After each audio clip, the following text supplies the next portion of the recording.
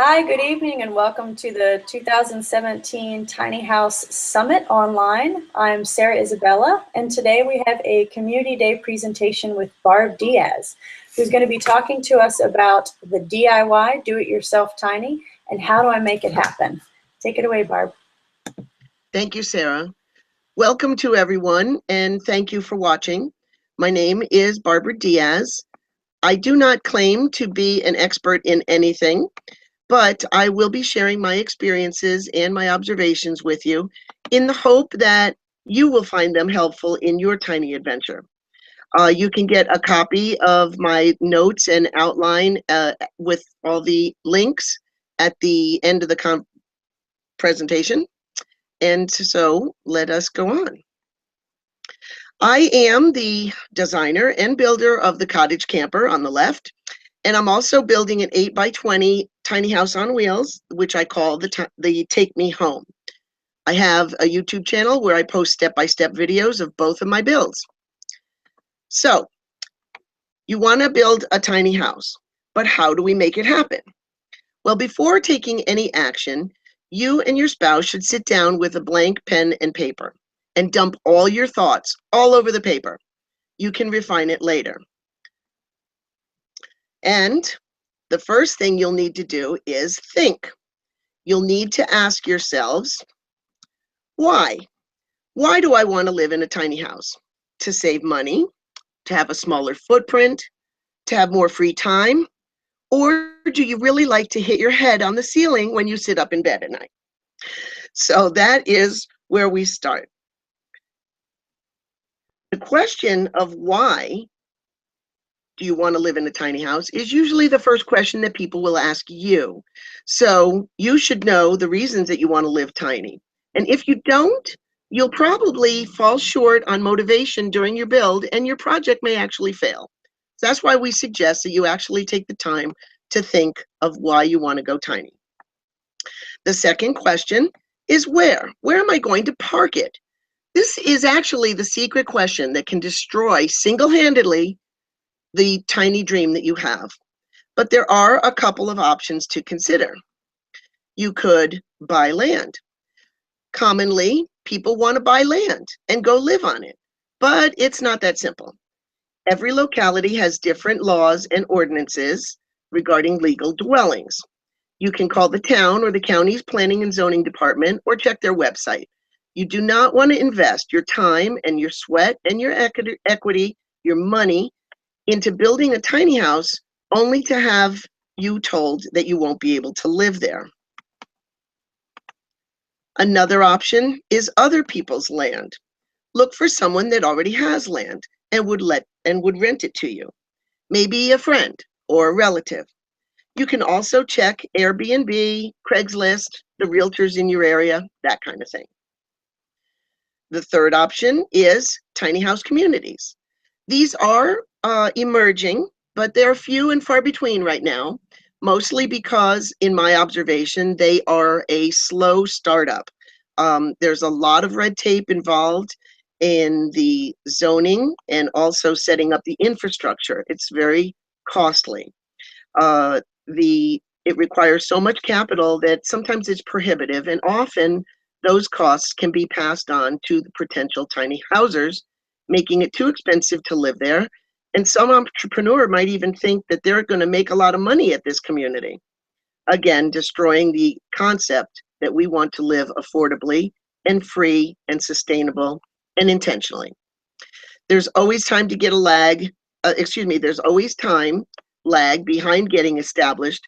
And another drawback of a tiny house community and just getting started is you never really know if it's going to turn out like. So, last but not least, we have considering that your tiny house is an RV.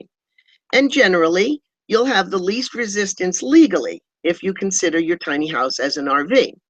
Some RV parks are said to be tiny friendly, but when you find out, they're actually going to require RVIA certification. Some parks don't even allow you to spend a long term or live there full time. I live in an established RV park, so we already have infrastructures and amenities. We're converting it into a tiny house community too. So that information, if you want to check out more about it, it will be found in the links at the end. And our third question to ask ourselves is when? When do we move in? Of course, everyone wants that to happen right away. But we need to realize that it's actually a process from the first dream that you have until you're moved in. Sometimes it takes years. 1 year if you have a lot of money, a lot of time, and a lot of skill. 2 years if you are determined, but you're limited. And 3 years or more is more common, and that is from your dream to the reality. But I know you're going to think 3 years, that's forever. But think of it as this. You've already begun that timeline because you're watching this seminar. So my first advice to you would be to drop all your stress and anxiety of wanting this to happen overnight and instead enjoy the journey. It could actually be a lot of fun, and I can promise you it's a lot of work, but it is not going to have a tiny payoff. Question number 4. So how will I make this happen? Well, I'm glad you asked. This is where the fun will start, and this is the question around which this whole presentation will focus. How do we make this happen? A lot of people are frightened into not doing anything because it's so overwhelming. I'll give you some things to consider, and by developing each of these topics on your own, you'll be able to determine where your tiny journey will lead you. Every person will, of course, have a different outcome, and I'm going to share with you the path that I took. As you dream and research, you'll have to start to organize, and you'll have mounds of information that you acquire. Categorize your thoughts and your resources. So after pondering the initial questions, the first step is actually to plan and organize. I recommend that this be done in 2 methods simultaneously, virtually and in a physical way. So in the physical realm, I would suggest getting a notebook. I actually did this, and I still work out of it. Put in it some blank paper, your graph paper, and a ruler, and you will sort and organize your notes, especially starting with the thinking that you just did at the beginning of this program, where those 4 questions that you and your spouse asked each other, that's what you need to figure out. Write it down on paper and put it in your notebook. That's a good place to start.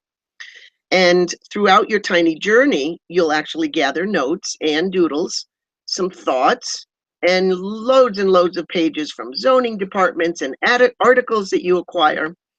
But this notebook and having something physical and tangible in your hands will help you to prioritize the steps and coordinate the results. Here's a little shot of the one that I used. I got one with zippers and pockets, dividers, but it doesn't have to be fancy, just functional. Things that you will need to put in that notebook include sketches and floor plans.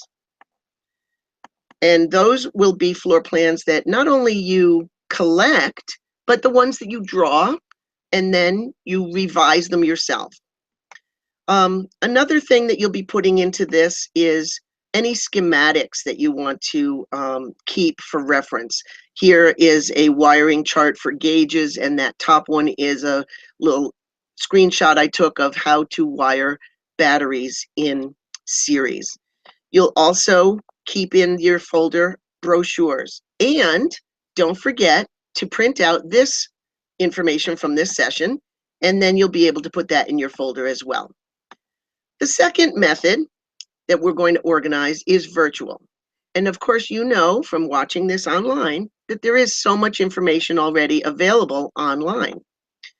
On our computer, we're going to set up a folder that you keep your tiny house stuff in.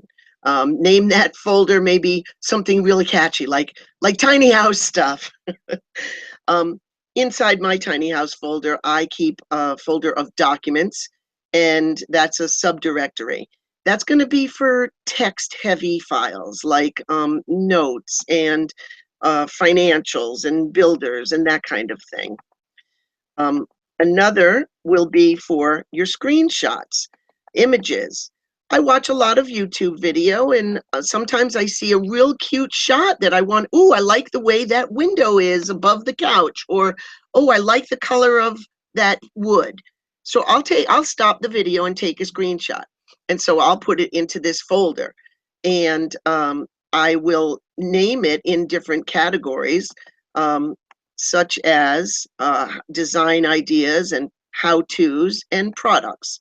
So here's a screenshot of my own computer in the tiny house folder, and in the design ideas folder, I'm going to put, let's see what I have here. Oh, okay, so here the top row is some bay window styles that I liked. So I named them by group. When I saved that screenshot, I called it bay window 01 and 02, that kind of thing. So then all of my bay window screenshots are going to be saved in the same area of that folder. Inside that same folder is the next row down. It says exterior shape. Well, I was looking at these different shapes of the housing gables at the top.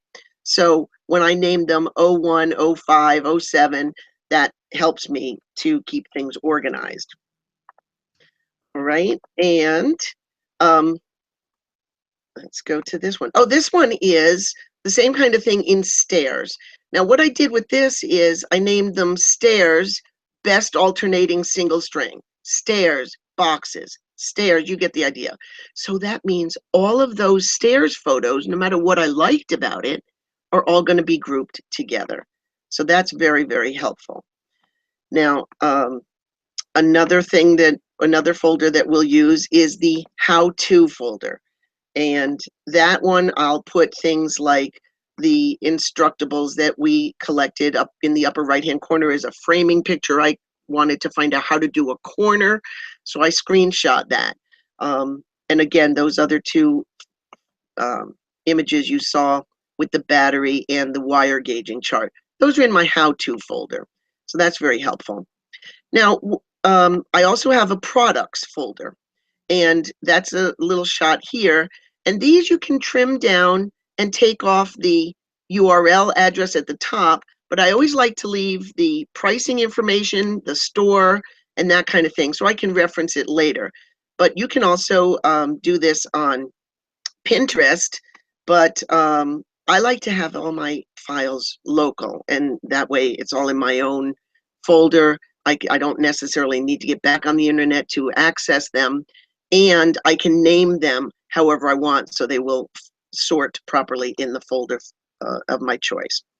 And then besides your browser favorites is the next category. Of course, things that you have locally, but then when you see things out on the internet and you say, oh, I really like this whole website, I'm not going to take a screenshot of the whole website. Well, of course, that's when you use your favorites. And that would be in the browser itself. And then in my favorites, I like to start another category there and just put a folder, tiny house websites, so that I'll find everything in my web browser. And then another topic, an area of the computer that I like to get organized is my email program. So when you're getting ready to start building your tiny house, you're going to be communicating with some people and finding out how they do this, or send me one of these. You want to have a little folder in your email program specifically for tiny houses. And I like to keep a separate address book for it as well. So far, we have thought about tiny houses, and we've thought about how to structure our thoughts about tiny houses. And you might be anxious and you want to get going, but preparation prevents being overwhelmed. So as you go through this process, that is why we take the time to get organized. Hey, you are about to eat an elephant. There's just one way to do that. You have to remember, the way to eat an elephant is one bite at a time. So stay organized, that'll help you out. Okay, the questions that we asked ourselves already: why, where, when, and how. And then in section 2, we set up a practical methods on your computer, the notebook, and your folders. So in order to determine if you're going to be able to pull this off, you will want to you'll want to analyze where you are right now, and you'll want to be where you are right now and where you want to go. So you're going to think to yourself from the physical notebook, from all these computer folders, what kind of thing do I have right now that I could start? Do I have enough money? Do I have a garage full of 2x4s? So you need to kind of take inventory of where you are in order to get where you want to be. In my case, it was just a little over 3 years ago. I was unemployed and I was living in a tightly packed community, too many rules, and my house was full of so much stuff. I knew I needed to get out. But theory isn't going to help me build my tiny house. So my approach was to figure out how I can make this happen, not how I can't. Now we're going to go through the next section a little faster, and that's because it's really a list of topics. So you'll be spending more time as you go through analyzing all of these. All right. So let's do our due diligence. So we're going to take inventory of our resources, and that's things that you currently have access to. You're going to be honest with yourselves, and you're going to spend the time to write these down. I strongly suggest writing it down. Whenever you do, it actually helps to clarify things when it's written and you see it in black and white, and it kind of gives yourself accountability that you have to answer to yourself. So how much cash do I have? Well, you're going to need money to build this tiny house, despite all those stories that you see on YouTube about how this one built a tiny house for under $500. Well, that's not going to happen. So you want to analyze how much cash do you already have on hand, maybe in your savings account. And then also you want to check out what your cash flow is going to be during your build process. And so you got to be realistic about how long that build process is going to take. We also want to figure out how much time do you have right now or in the next 3 years. Are you between jobs? Are you working part-time? Is a baby expected? These things are going to affect how long it will take you to build your tiny house. And also we need to do an inventory of our skills. Are you a handy person? Are you adept at learning new things? And what about your patience? Boy, we need a lot of that when we're building a tiny house. So you want to make note of what areas that you will need help with and the things that you're good at. You're going to need a professional or just another hand to hold up a board. I like to keep a written list of this. Again, it helps to clarify who you can contact and get phone numbers. If they say they're going to help you, write it down. All right, the next thing to take inventory of is your tools. Do you actually have tools? Can you borrow some? I like to make a list of actually what I have and then find out from whom I can borrow. It may seem silly to write this list down. I mean, tools are tools, but this is an inventory, and it also helps to solidify your abilities and your execution. It also is very good for you psychologically speaking, because this, if you might not be able to build right away, you at least are taking active steps. Write these things down, think about it, contact people. This is all going to get you closer to your goal. Next thing to consider is the materials. This is where I came in ahead when I started my cottage camper. My garage was chock full of leftover projects, materials, hardware. I had all kinds of stuff. So you need to write those things down that you have access to or what you can get affordably.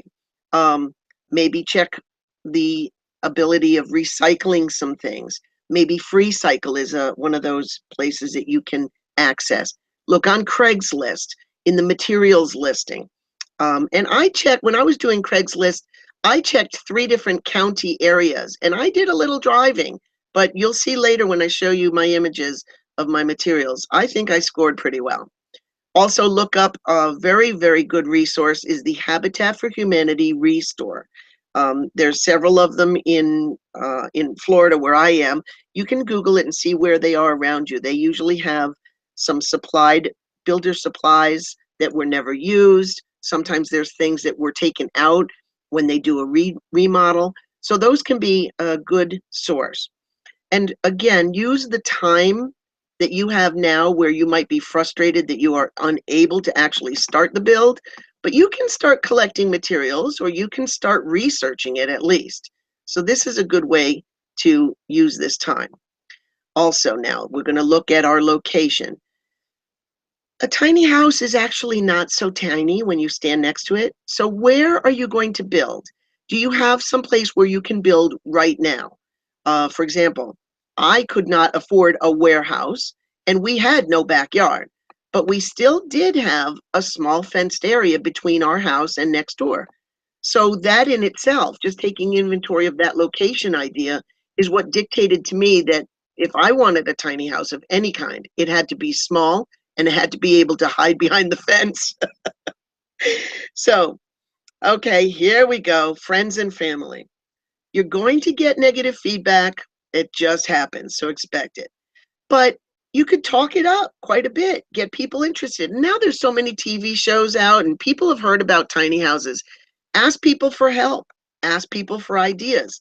And again, get those specific commitments and write it down. Okay. Now, after you've taken inventory of your resources and you have whatever you have access to, you'll need to look at costs. One of the things that is a large pricing issue is the rental site of where you're going to be building, if you need to rent a warehouse or a property. So that is something that needs to be considered. Also, it'll be for the length of the duration of your build. Labor, if you're going to need professional help, find out the pricing of electricians or plumbers. Maybe if you know someone who knows someone, get some business cards.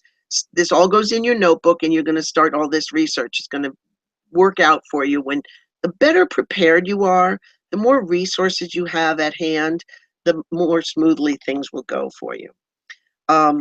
So you need to work those labor figures into your accounting. If you're going to need the professional help, don't begrudge it, just count it in, and that's what you know you need to get. Materials, anything that you don't currently own, you're going to need to buy. Also the trailer. Now, last but not least, of course, the trailer. Many DIYers, do-it-yourselfers, make the mistake of starting off and they want to get their trailer. Let's get the trailer, and they get all excited and they go get a trailer without doing the research. It might start you off on the wrong foot. You got to remember that a trailer is actually the very foundation of your tiny house. So trying to save a buck or two right at the beginning and getting a rusty old yard trailer, it's not going to be cost effective for you. In the long time, you're going to have to strip it and paint it, and not to mention all the costs of beefing up those axles and welding on new crossbeam supports.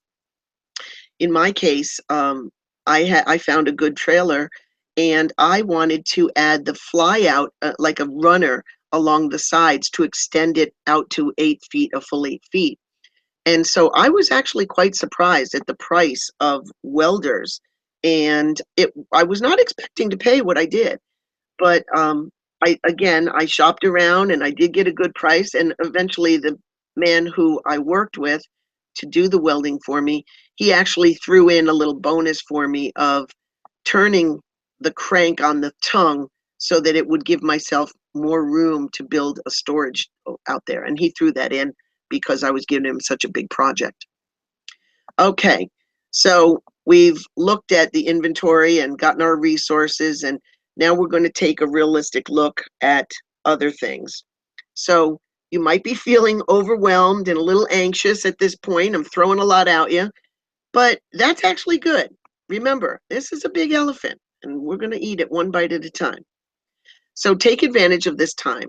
And when you might not be in the position to build, you can still gather knowledge. Knowledge actually suffocates fear. So if you're afraid of something, go learn about it. That's the way to do it. And so we're going to be learning. We're going to learn about taking a workshop. There's two different types. There's a classroom style. There's hands-on workshops. Those are both very good. I've taken one and I have friends who've taken another. Both, it depends on your own style. Also, you're going to have the opportunity to watch YouTube videos. There's corporate companies who actually sponsor a channel and they'll give you instructional videos. I watched from Pella how to install Windows and put down the proper flashing and stuff. I went to the Pella YouTube channel. There's also do-it-yourself tinies. I have a YouTube channel, although I'm not a professional, but there's several really good ones out there. And again, in the links page that you can download at the end of this, I've got a bunch of different links. You can check it out on YouTube and find some really good do-it-yourselfers.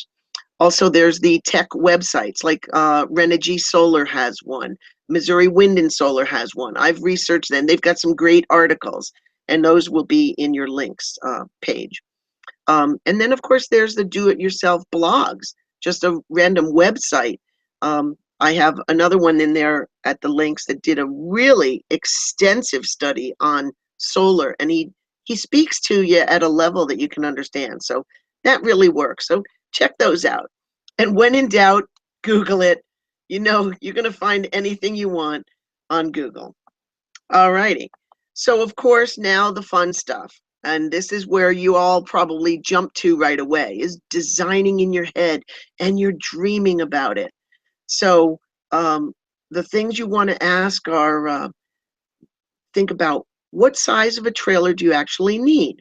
Do you want a loft or two lofts? How many windows do you think you're going to have? How will you use the space? This is a question you really need to think it through. What is it that you're going to be doing when you're inside? Of course, besides sleeping. If you read, you're going to need bookshelves. If you do crafts or have an office, you're going to need a space to do that. If you want to have big parties, you're going to need a bigger tiny house. You should also draw some floor plans, and you'll be able to get a feel for exactly how big this space is going to be. Some people have used a technique of taping a floor in an empty room or a small room, move some things out of the way and get some tape and actually mark off where your refrigerator is going to go, how big the bed is, where that couch is. And you'll soon find that you either like the cozy feeling or that you need to do some shuffling around. So you're going to spend some real time, make it real, try it on, and feel it. That is what's going to be really good for you. And you can make up a small room. Another way is to spend some time in an RV. I actually live in my cottage camper. It's a 6-foot by 10-foot, pretty much a cute little box. And it has been teaching me how to live tiny. I live in an RV park, and there are people who do full-time RV. They know how to live tiny. They know if you buy one item, you need to get rid of two, that kind of thing. Now, that brings me to the question of downsizing. As for my technique of downsizing, I do believe that most people go at downsizing from the opposite end. And it's overwhelming when you stand in your house and you see all the junk that has been accumulating for years, and it is stifling you. You can't just pick up one little piece and put it in a donate pile and feel better about it. You still turn around and there's the rest of that monster pile looking at you. My technique is a little bit different. Instead of standing in the middle of all your stuff and worrying that you can't, about what you can't live without, instead, start with nothing and collect what you do need to live. And this was the easiest way to solve all of my downsizing dilemma. I was overcome with how much stuff I had. So when I moved into the cottage camper, what I did was I said, okay, let me take my favorite cups. Let me take my favorite blanket and whatever. And I set up this little world by adding things in that I need, not taking things out. was a whole lot easier that way. And another way that we're going to work on this is to check out the industry's standards. So generally speaking, tiny houses on wheels in most places are not currently regulated by any governmental authority other than the Department of Motor Vehicles. Now that's general speaking. But there are some in the tiny house movement that think that unregulated means illegal, and that without specific restrictions and miles of complex legalese, that a tiny house dweller cannot be legal otherwise. That's not true. If you are regulated, then you must stay in those regulations. But if you're outside the regulations, what area does not apply to you, you don't have to choose to conform. All that being said, there is a series of safety standards and obvious benefits that can help you. NOAA is one of the organizations that was founded by a tiny house builder, Andrew Bennett, actually, of Trekker Trailers. He actually provides this service where you can choose to build your tiny house and then have inspections periodically by NOAA and have your tiny house conform to those standards. This certification, the NOAA certification, is gaining ground, and it actually may help you to obtain financing or insurance down the road. You'll need to check into that. You can also choose to obtain and study and conform to RVIA standards. That's the industry of RVs. That certification, however, can only be given if your unit was manufactured in an RVIA certified facility.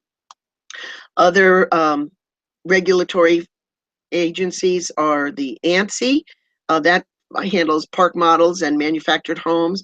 And then there's the IRC and ICC, which are the International Residential Code and the International Code Council. All of those standards you can choose to conform to, find out more about. Now that brings me to plans. Remember that a tiny house on the road is subject to the forces of a hurricane and an earthquake simultaneously.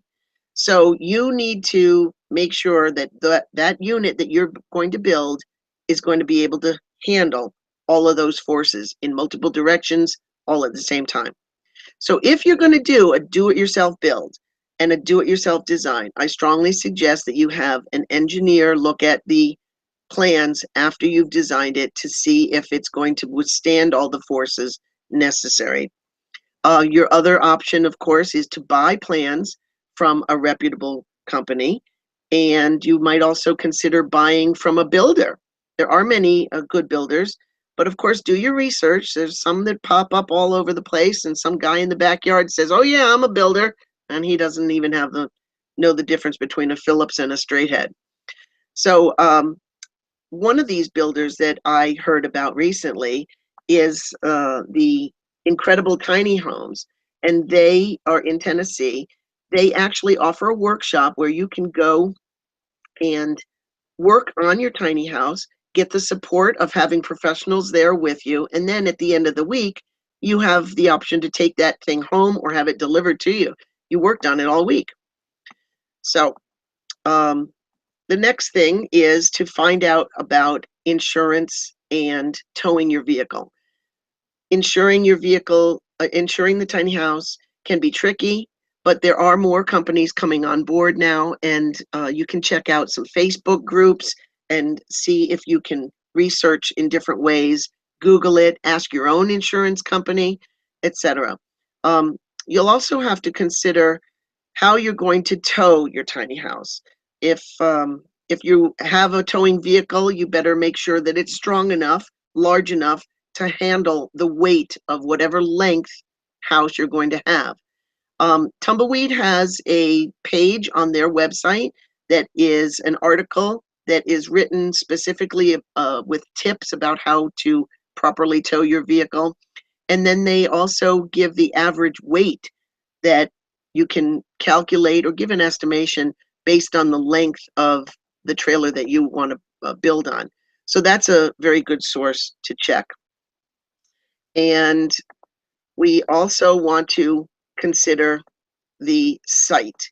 When your date gets closer, you'll need to obtain your location for your build. Again, make sure you check the zoning for the proposed location, and you might want to consider renting a warehouse. So now we've done all those considerations, and I want to share with you a little bit about what I did in my build. So after you've considered all of those, it's not an exhaustive list, of course. Take a lot of courses, find out everything you can. You're already checking out the webinar. That's a great place to get information and opinion about different ways to build. So after you've done all this consideration, it's actually time to start your build. So good luck on all those things. Now, for me, I want to share with you a little bit about what I did. So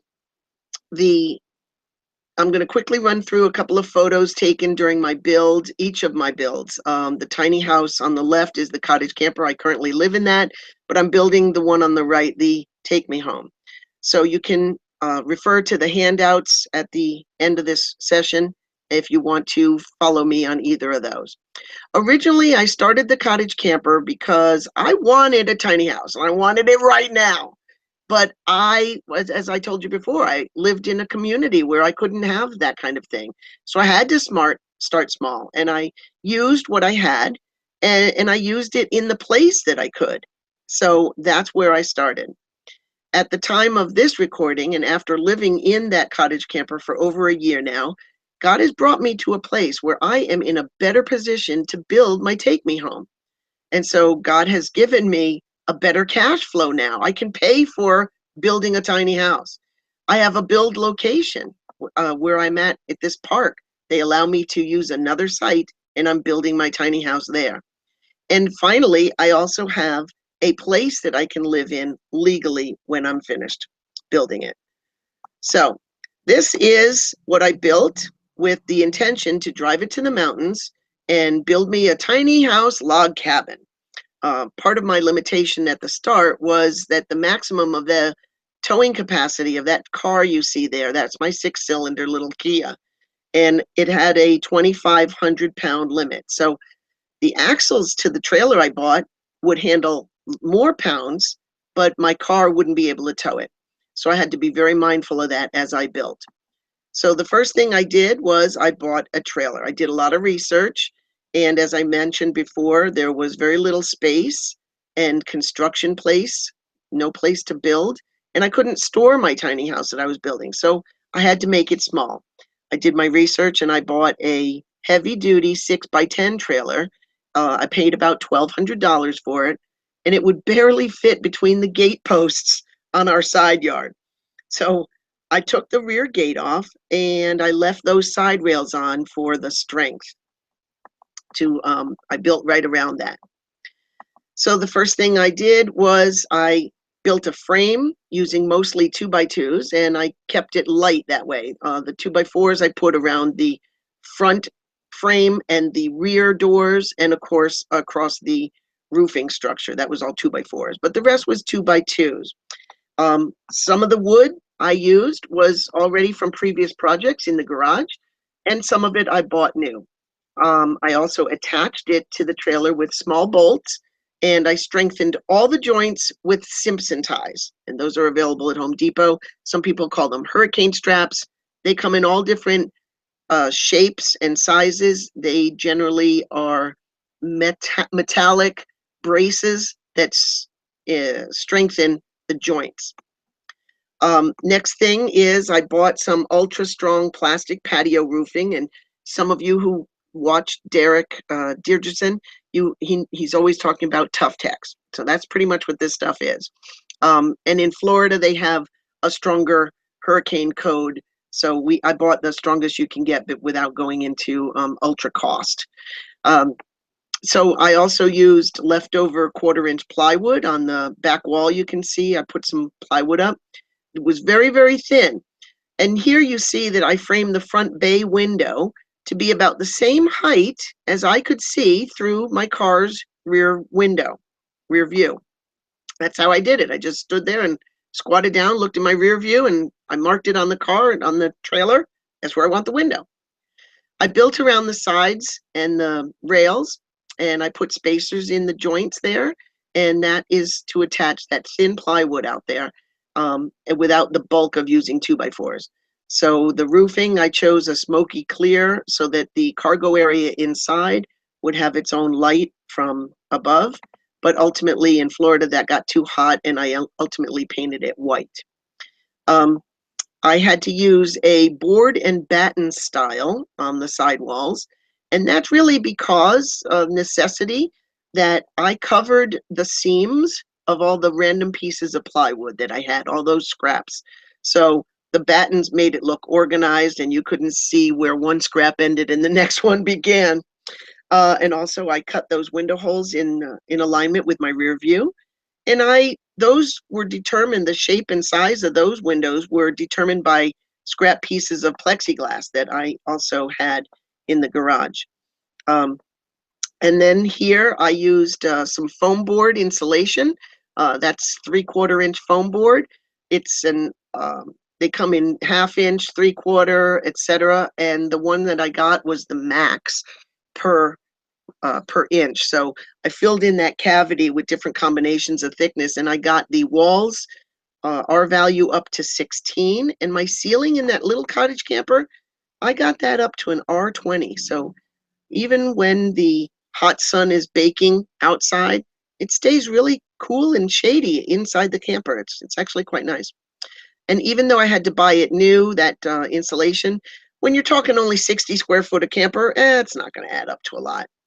So I put down a thin layer of plywood on the floor. You can see that. And then I coated that with a couple of layers of polyurethane. And that there, the framing that you see is the beginning of the storage sections under the bed. And I also made that from 2x2s. All right. And then after running some wiring through the insulation, I skinned the walls with more of that thin 1/4 inch Luan, and I installed a couple of 12-inch outlets. That way I will have power from my solar panels. I also installed a 12-volt fan in the front, and I had already purchased 8 solar panels when I was going to build my log cabin, but I sold my log cabin before I installed the panels.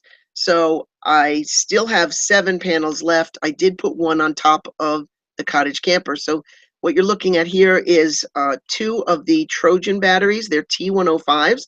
Again, I did research and found many people use these in their solar setup. They're deep cycle, and they are 6-volt golf cart batteries.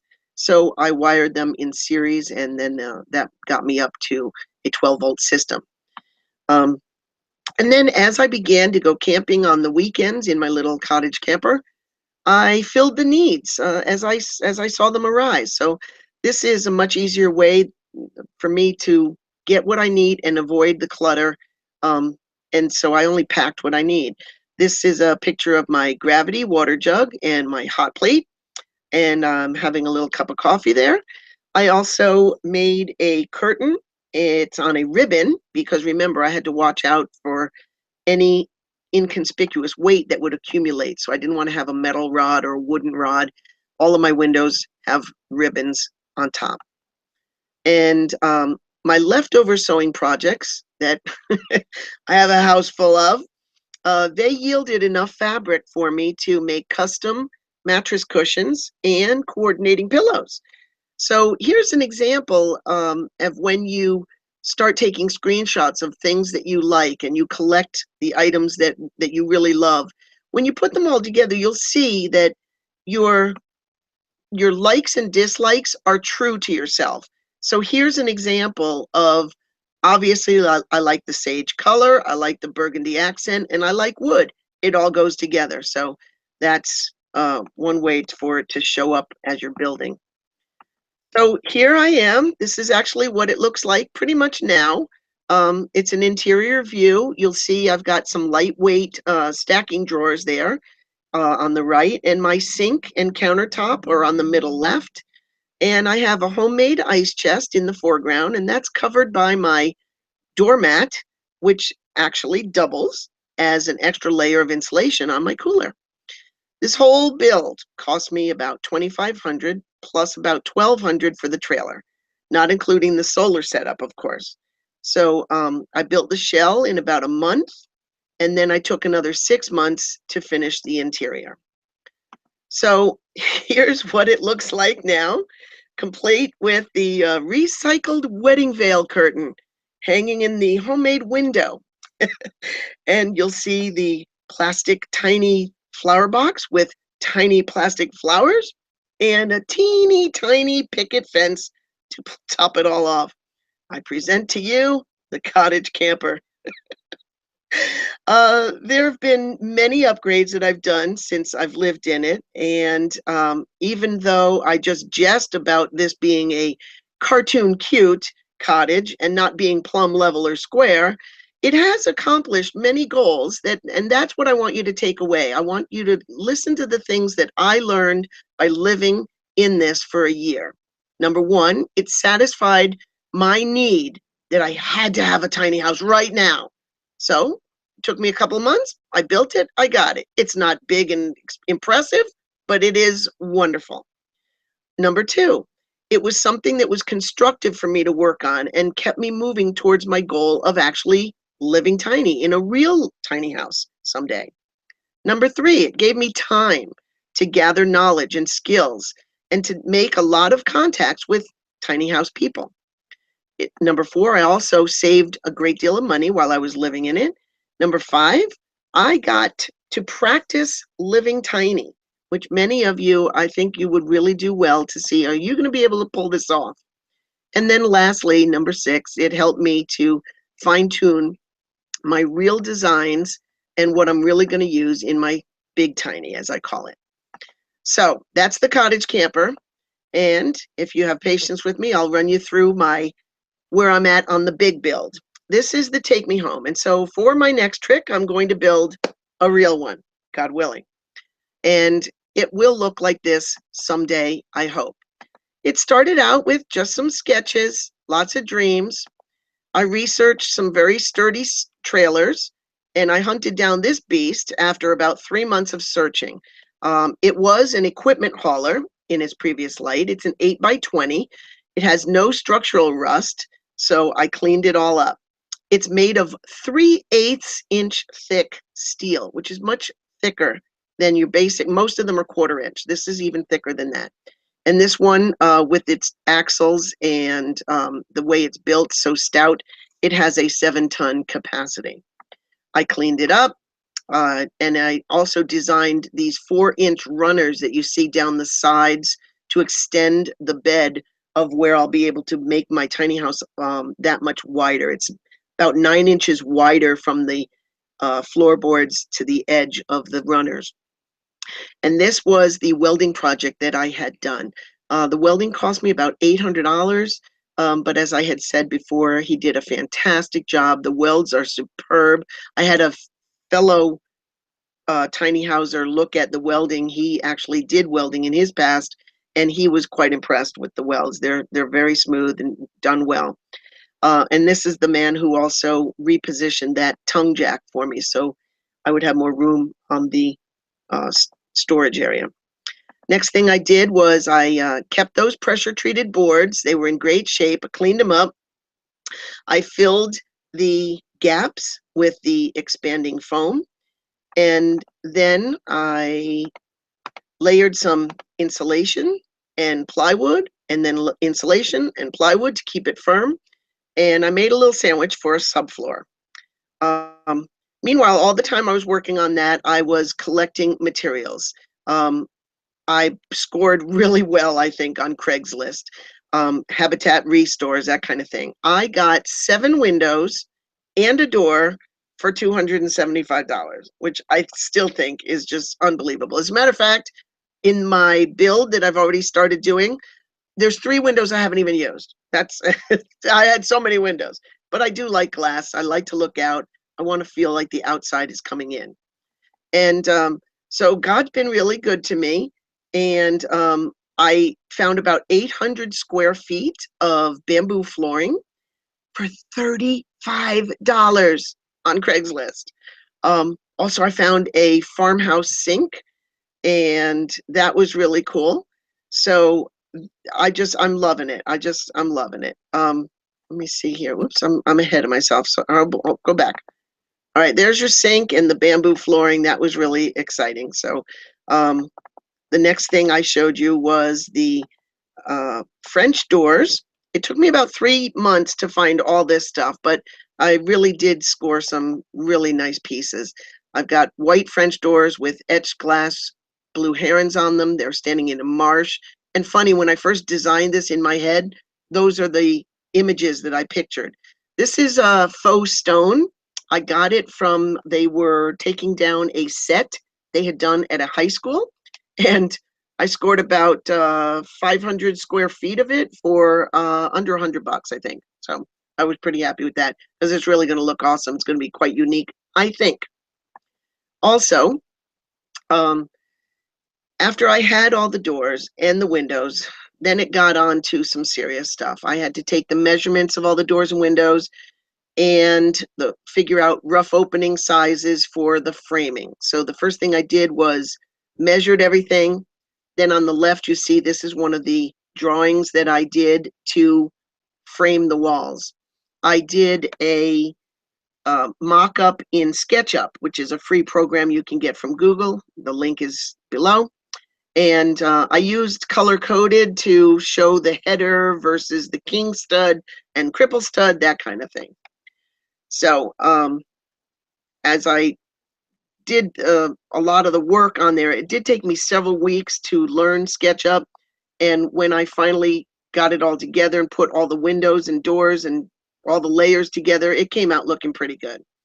So then I added the next layer of the siding, and I painted all the windows white in SketchUp. And so all of a sudden I had this image. I'm like, oh my goodness, I actually know what it's going to look like now. So it's very exciting, and I think it's easy enough to learn. There's tutorials on the web. You can learn how to do it. Next thing I did was, after I got all those measurements, I cut all the wood that I was going to need. And then I built the wall sections and more wall sections. In another couple of months, my sons came out, and in one weekend, we raised all the walls. There were 8 sections of wall. And so we got those all up, and that was very exciting. Now, all of a sudden, it went from an empty flatbed to, as I called it, my wooden cage on wheels. Couple months by myself got me to working on, these are my loft beams. They're joists that go across from my loft, and I sanded and stained them. I really love it. They're like my favorite so far. I talked a lot about Simpson ties. Here's a close-up of one of the shapes. And I also, you can see in the picture on the right, and you see the liquid nails gooping all over. We're about to put the plywood on. I want to take a picture real quick. The metal strap, I wrapped the whole building and nailed it to all the studs away. And that way it holds everything exactly the right distance from each other. Here's a picture of the plywood that we put on, 75 pounds each, 12 feet in the air, not an easy task. So I had my sons come out and help me with that. Then I spent a couple of weeks and cut out all the doors and windows, all the holes that needed to be made. Then, of course, I did the roofing, the rafters and the ridge beam. I had to order that special. It's a 20-foot long beam. And then when we put the roofing plywood on, suddenly from inside, oh my gosh, I can feel it. It's like, it's really going to be a tiny house. So I was all excited. And then from the next step, it was house wrap. Now, this is kind of boring. And for several months, it's been just a big white toaster with graffiti on it. So that's my joke of the day, but it's all right. You can see the first window there I've installed. And then during the upcoming months, I installed a bay window built out. That's where my storage is going to be. I installed those French doors. and they were a mess to put in, but I'm really, really glad I did it. They totally make the front of the house look really awesome. So here is what it looks like to date. And yep, that's me up on the roof. And that's the stage it's in now. I've got all the doors and windows in. Everything is framed, and the roof is got tar paper on it. It's all good. And eventually, maybe one day it will look like this. I'm not sure, but we'll work on it. So I do want to thank you all for watching. I encourage you to look at what you have. Start there. Don't fret over what you don't have. Hey, life is fragile. Handle it with prayer. If you work with God, He'll work with you. Thank you so much for watching, and have a great day.